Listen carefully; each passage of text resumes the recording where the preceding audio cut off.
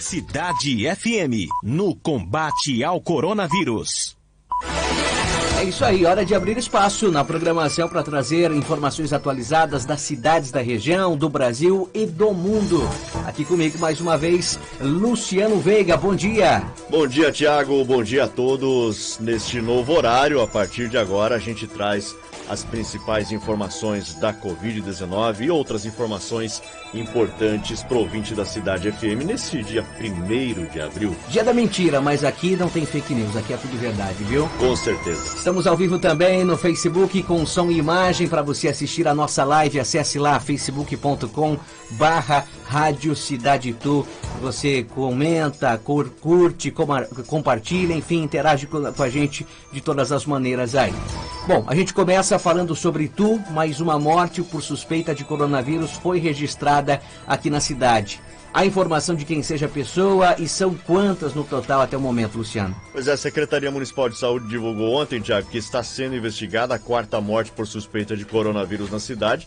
O novo boletim epidemiológico, porém, não informa quando ocorreu o óbito, nem a idade e o sexo da vítima. As 4 mortes suspeitas ainda aguardam resultados de exames. Até o momento, o Itu possui 2 casos confirmados de Covid-19, sendo um homem de 35 anos que está internado em um hospital da capital e uma mulher de 41 que está em isolamento domiciliar. Outros 9 casos foram descartados com resultado negativo dos exames. 50 casos suspeitos aguardam resultados, sendo 5 casos suspeitos em internação clínica e 5 casos suspeitos em UTI. Nenhum óbito até o momento foi confirmado na cidade de Itu. Porém, o G1, portal G1, registrou mais uma morte suspeita por coronavírus em Itu.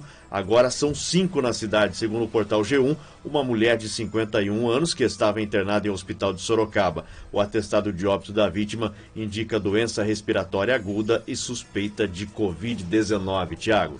Complicada a situação, né? Cada vez mais crescem aí os números, sejam de confirmados, né? Casos, pessoas que estão aí acamadas em isolamento domiciliar ou hospitalar e, infelizmente, também aí os casos de óbito.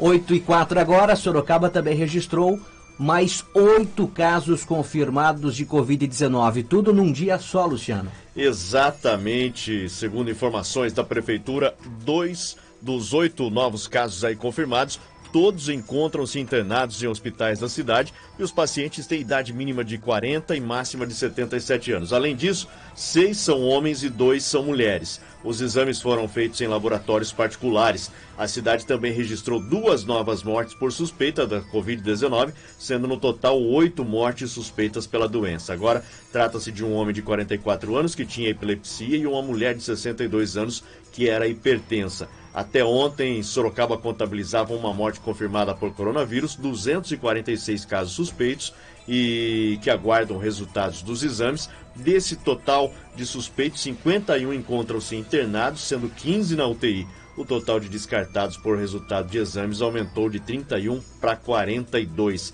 Ainda lembrando, segundo determinação da Secretaria Estadual da Saúde, somente serão solicitados exames do novo coronavírus para pacientes suspeitos internados graves ou críticos e profissionais da área da saúde que apresentem sintomas de síndrome gripal. Por isso até houve aí uma mudança na maneira de divulgar os casos. Sorocaba, Itu e algumas outras cidades também estão adotando essa nova medida do Ministério. O teste diagnóstico não deverá ser realizado em pessoas assintomáticas. Essas medidas, claro, a gente salienta a todo instante aqui, buscam otimizar o bom uso do recurso, cujos insumos estão restritos no mundo todo devido à situação de pandemia. Esses recursos, obviamente, são os exames, os testes, né, Tiago? Aqueles testes rápidos já chegaram, já estão sendo utilizados no estado de São Paulo, Luciano? Chegaram na segunda-feira um carregamento com 500 mil testes rápidos. Esses serão utilizados num primeiro momento em profissionais da área da saúde. Então o Ministério da Saúde vai distribuir, é feita a distribuição,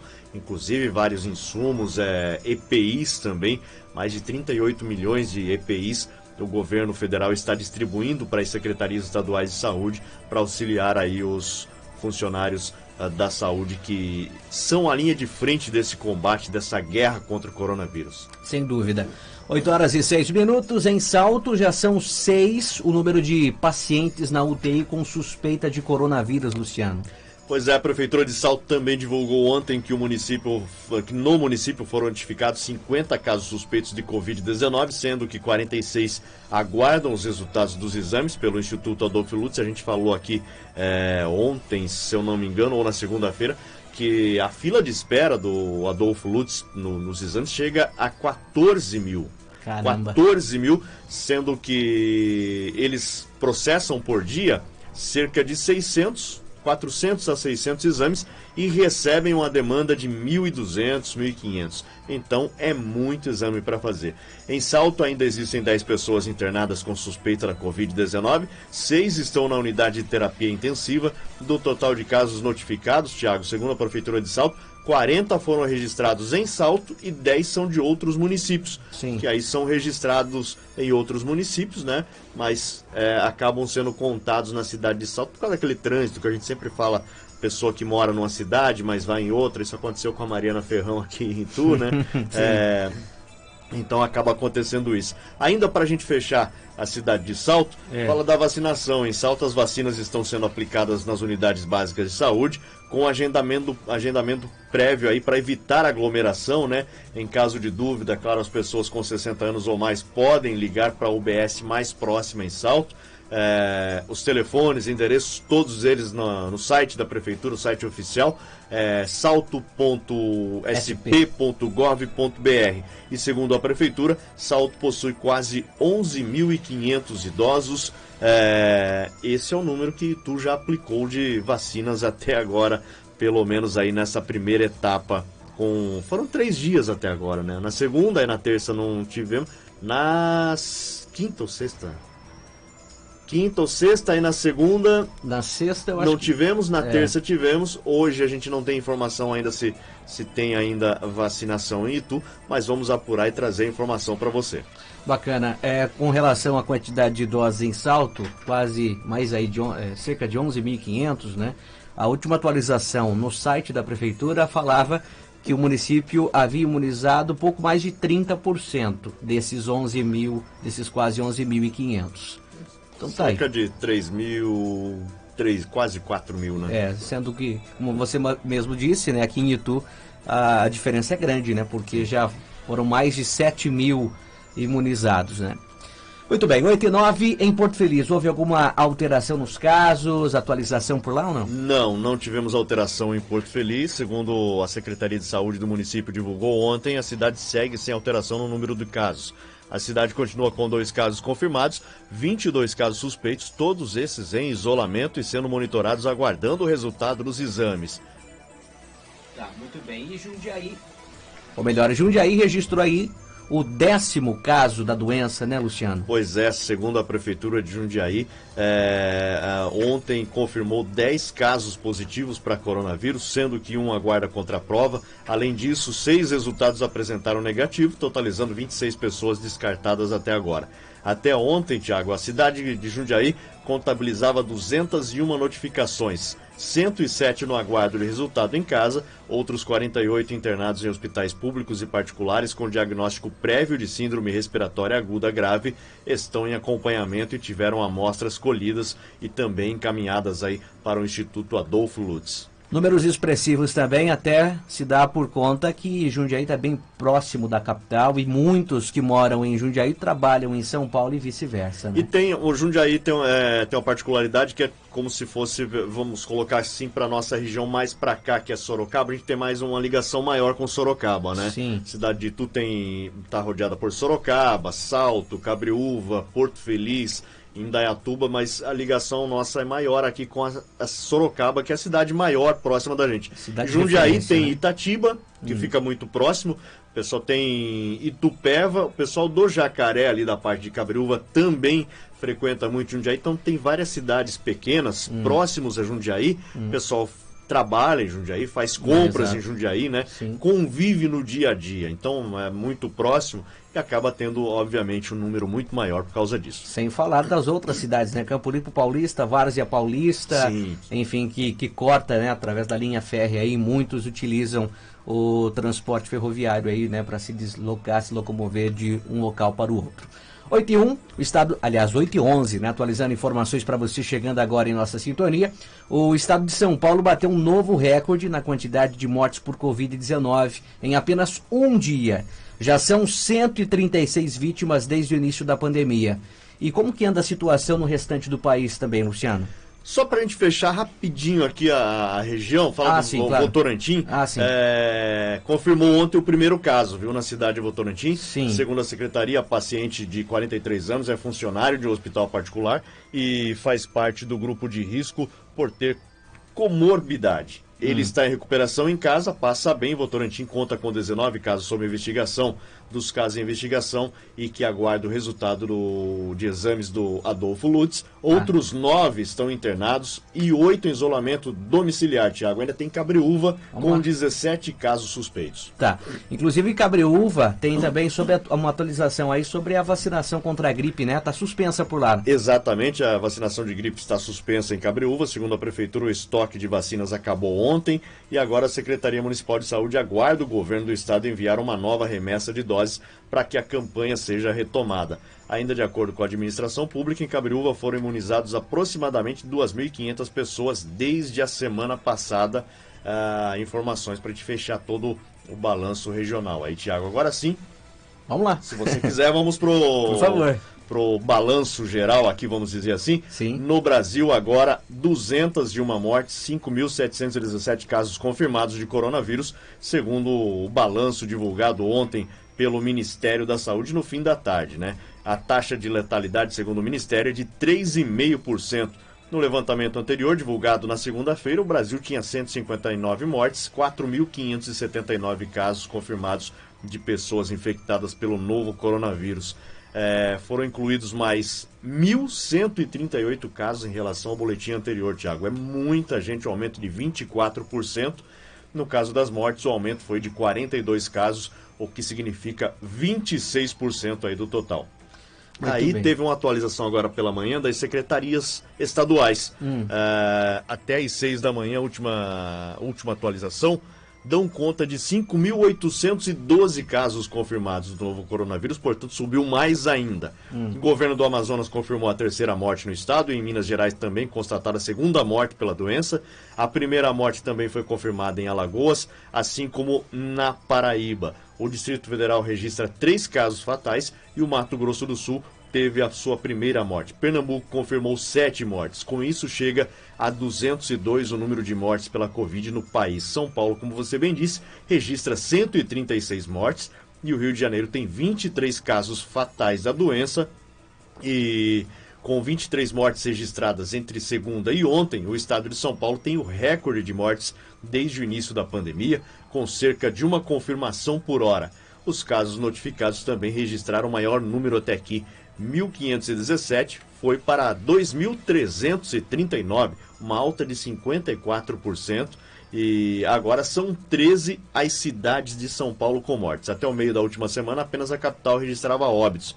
Desde então, já ocorreu pelo menos um óbito em Vargem Grande Paulista, São Bernardo do Campo, Guarulhos, Taboão da Serra, Embu das Artes, Sorocaba, aqui pertinho da gente, Osasco, Ribeirão Preto, Campinas, São Caetano do Sul, Santo André e Caieiras, Thiago. Então, 13 cidades do estado de São Paulo já contam aí com pelo menos uma morte, um óbito devido ao coronavírus. Perceba, começou na capital, da capital foi se espalhando para as cidades da região metropolitana, no entorno. Cidades maiores. Aí também você até citou Caieiras, né, que é bem próximo aí, a saída, né, de São Paulo, perto de Jundiaí e tudo mais. E aos poucos está migrando para outras cidades de médio a pequeno porte, né? Uma situação complicada. 8h15, vamos fazer uma pausa para o rápido comercial. Continue com a gente, tanto pela live quanto aqui no rádio. Daqui a pouco voltamos com mais informações, atualização dos casos, enfim, tudo aquilo que tem acontecido também no campo judicial, abre ou fecha a lotérica, enfim, com relação também à decisão da soltura de presos, atualização mais dos casos confirmados e suspeitos em nossa região, no Brasil, no mundo, enfim, tudo e muito mais aqui ainda hoje na nossa programação. Continue conosco. Cidade FM, no combate ao coronavírus. 8h19, o jornalismo da Cidade FM segue aí com a cobertura especial sobre a pandemia do novo coronavírus, a partir de hoje, novo horário, das 8 às 8h30, dentro do Show da Manhã. Estamos ao vivo também no Facebook, com som e imagem para você assistir a nossa live. Inclusive, muita gente por lá, né, Luciano? Bastante gente acompanhando a nossa transmissão pelo Facebook, é o facebook.com/Rádio Cidade Itu. Lembrando que sempre atualizamos também as principais informações do dia em nosso Facebook e Instagram. Só procurar tanto no Facebook quanto no Instagram, Rádio Cidade Itu. Bom dia, Maria do Carmo Moraes está por aqui, bom dia, com muita paz e saúde. Vinícius Moraes também, Isabel Cristina, bom dia. Ana Paula Ruda Cerati também desejando bom dia aqui, a Cláudia Santos, Josué Bastos, Claudinete Amorim, bom dia, tudo bem? A Cláudia Santos, um prazer começar o dia com vocês. Obrigado, Cláudia, o prazer é nosso. Estamos aqui tentando prestar serviço para a população e trazer as principais informações para vocês. Isabel Cristina fala, gostaria de fazer uma pergunta. Ouvi hoje no jornal que abril é o grande pico. Assim sendo, fico na dúvida se as lojas e outros comércios permanecerão fechados após dia 7 de abril, data em que foi decretada pelo governo. É bom lembrar, né, Tiago, que essa é uma data da primeira previsão do governo e tudo vai mudando conforme os dias passam, conforme as diretrizes do Ministério da Saúde. Então, de cidade para cidade também pode haver mudanças. Porto Feliz ontem, a gente citou aqui, publicou um novo decreto com algumas mudanças. Por exemplo, em Porto Feliz, loja de material de construção não podia abrir antes. Sim. Desde ontem já pode abrir. Então, loja de material de construção, aí o pessoal tinha dúvida, mas loja de material elétrico está inclusa também nesse rol aí do material de construção, pode abrir. Porque não fazia muito sentido o setor de construção civil funcionando a todo vapor e loja de material de construção não. Fechado. Né? Tudo fechado. Então não fazia muito sentido isso, não tem muita lógica. Mas né? isso acho que varia de cidade para cidade, né? Tem alguns outros lugares. Itu não estava funcionando. Não sei hoje, pelo menos na semana passada, acho que quinta-feira eu precisei comprar uma resistência para chuveiro, não estava funcionando, até deu uma passada, não tem problema nenhum em citar, fui na Padovani, o rapaz falou, estava aberto até às 10, mas a prefeitura veio e mandou fechar. Ou seja, Luciano Veiga teve que tomar banho frio nesse dia. Exatamente, nesse dia realmente eu tomei banho frio antes de vir para a rádio. 8h22. Só para fechar aqui os alôs, Gisele Silva, bom dia amigos, Rosimeire Silveira, bom dia. Reinaldo do SAI, bom dia, parabéns pelo programa. Obrigado, Reinaldo. Grande abraço para você. Bacana. Apesar da brincadeira à parte, vamos lá continuar com o nosso jornalismo aqui, até porque a situação é séria e cabe preocupação e cabe destaque, né? Uma decisão judicial autorizou a reabertura das casas lotéricas e a realização de atividades religiosas. Assunto que ganhou bastante repercussão aí nos últimos dias, muita gente contra, enfim, conta mais detalhes pra gente sobre isso, Luciano. E a gente até falava em off, né, Tiago? Isso já era esperado, né? Já era esperado, até porque, principalmente a casa lotérica é uma atividade essencial, né? Eu vou contar aqui um caso que aconteceu comigo e vem acontecendo e vem sendo noticiado e reclamado por muitos, principalmente idosos que precisam. Fui ontem pagar um boleto no Banco Bradesco, só funcionando a parte do caixa eletrônico. Interno, nada. Certo. Você não pode entrar para pagar boleto. Aí a atendente que estava auxiliando todo o pessoal falou, você tem que depositar o dinheiro na conta e pagar pela conta, né? Pelo caixa eletrônico. Se você não tem conta no banco lá, você não consegue pagar. E os idosos que têm muita dificuldade com isso, vinham reclamando justamente pelo fechamento das casas lotéricas. Então o Tribunal Regional Federal da 2ª Região suspendeu ontem a decisão da primeira vara de Duque de Caxias no Rio, que havia suspendido, né, alguns efeitos do decreto do presidente Jair Bolsonaro. A decisão retoma como serviço público essencial atividades religiosas e o funcionamento aí das casas lotéricas. A ação atende o pedido da União, representada pela Procuradoria Regional da União da 2ª Região. A decisão cita, inclusive, intromissão indesejável do Poder Judiciário na atuação dos demais poderes. E afirma se tratar de um risco à crise econômica e também à saúde, já que a ausência de unidades lotéricas pode aumentar o fluxo de pessoas em agências bancárias. O texto ainda cobra, Tiago, equilíbrio, serenidade, prudência a magistrados e afirma buscar preservar o interesse público, impedindo, inclusive, o cumprimento imediato de liminares que possam causar graves danos à pessoa jurídica de direito público e, consequentemente, à coletividade. Ou seja, a partir de agora, qualquer liminar que sair nova... Não vai valer. Não vai valer. Entendi. Vale a federal. Então, a gente já esperava, já aguardava a derrubada dessa liminar, melhor dizendo, a cassação dessa liminar, Sim. Porque o presidente já vinha, não só o presidente, inclusive o ministro Mandetta, pediu serenidade aos magistrados, porque tem acontecido muitas coisas. Tipo, um juiz de determinado local solta uma liminar autorizando o prefeito a confiscar os equipamentos de um hospital público daqui e levar para ali. Sim. E o ministro Mandetta pediu serenidade às autoridades justamente nesse sentido, para que colaborem, né? Não trazendo liminares que não sejam úteis à população. Tiago. Muito bem, 8h26, ontem o presidente Jair Bolsonaro realizou um novo pronunciamento, cadeia de rádio e televisão, e durante a fala dele houve panelaço contra, Luciano. Mais uma vez, 15º dia seguido, cidades brasileiras registraram panelaço contra o presidente Jair Bolsonaro na noite de ontem, né? Foi justamente durante o pronunciamento, o 4º pronunciamento dele em rede nacional sobre a pandemia do novo coronavírus. Esse de ontem poderia nem ter acontecido, né? Porque ele não acrescentou muita coisa, não teve nada de novo. Foi o 15º dia seguinte. Não dia criou seguido, nenhuma polêmica também? Não, mas não trouxe informação nenhuma. Foram alguns minutos ali que só para falar, meio que tipo por panos quentes nos protestos dos últimos dias, mas isso não aconteceu, obviamente, porque teve uma dificuldade na explicação ali, mas enfim, ele não criticou, né, o isolamento social dessa vez, como forma de conter a doença. Claro, o isolamento social, método que vem sendo defendido pela Organização Mundial da Saúde, por médicos do mundo inteiro, inclusive pelo Ministério da Saúde do nosso presidente Bolsonaro. No pronunciamento anterior, lembrando, né, no dia 24, ele havia pedido a volta à normalidade e o fim do confinamento, né? Então isso não aconteceu no pronunciamento de ontem. Apoiadores, um pouco mais cedo, né? Aliás, no período da manhã, apoiadores do presidente hostilizaram jornalistas aí lá na porta do Palácio da Alvorada, enfim, inclusive jornalistas que estavam ali para ouvir o presidente durante uma coletiva, vamos dizer assim, né? Acabaram deixando o local devido a palavras aí de baixo calão e tudo mais, né? Então, foi meio bizarro, né? Foi logo que acabou o programa de ontem, eu preparando a pauta do resto do dia, né? Veio a notificação da live do presidente, até acabei compartilhando a live por ironia do destino mesmo, e aconteceu isso. Sim.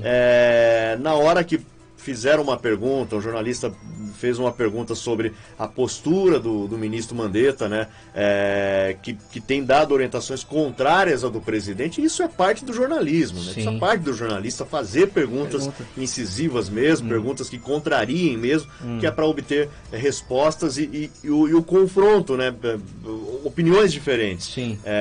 E um dos apoiadores começou, até deu a impressão, Thiago, de ser um youtuber. Sim. Né?